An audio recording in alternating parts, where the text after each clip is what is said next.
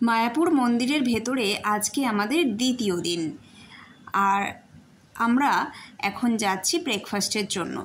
মন্দিরের বাইরে বেরিয়ে অনেক জায়গা রয়েছে, অনেক রেস্টুরেন্ট হোটেল রয়েছে, কিন্তু আমরা এর আগে বাইরে কয়েকবার খেয়ে দেখেছি, খাবারের কোয়ালিটি অতটা ভালো হয় না, তো অনেক সময় শরীর খারাপ হয়েছে, তাই আমরা এখন আর বাইরে খুব একটা প্রেফার করি না।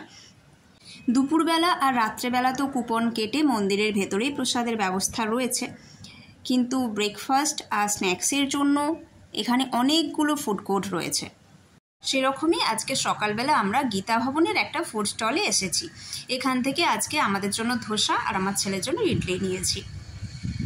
তারপর ব্রেকফাস্টের পর বাইরেটা একটু ঘুরে ঘুরে দেখছি। এখানকার তো ওয়েদার দারুণ সুন্দর, পরিবেশ পরিস্থিতি খুবই ভালো লাগে, চারিদিকটা এমনি ঘুরে দেখতেও খুব ভালো লাগে।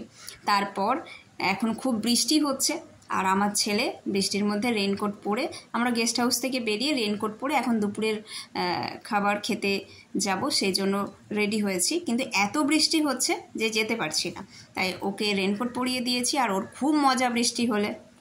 তবে আজকে ওর জন্মদিন, তাই জন্য সকালবেলা উঠেই আগে মন্দিরে পুজো দিয়েছি, তারপর সেই প্রসাদ ওকে দিয়ে এখন আমরা যাচ্ছি দুপুরের প্রসাদের জন্য। আজকে ডোডোর যেহেতু জন্মদিন, তাই জন্য স্পেশাল থালি নিয়েছি।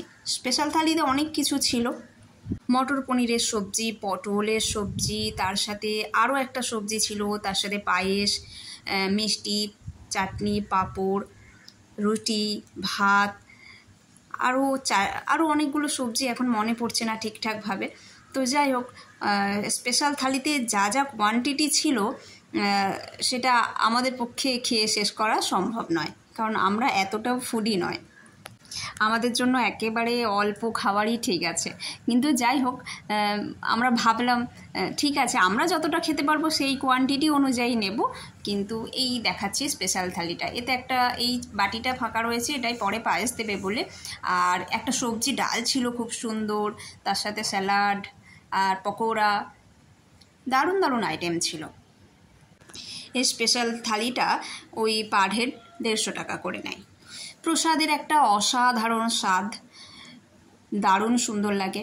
এটা থালিটা আমি প্রথমে যেভাবে দিয়ে গেছিলো সেটা দেখাচ্ছি, এরপরে চাটনি, পাঁপড়, পায়েস, মিষ্টি এগুলো পরপর এসেছে। যে যতটা জিনিস নিতে চায় তাকে আবার এসে দিয়ে যাচ্ছে, তো আমাদের জন্য এটাই এনাফ।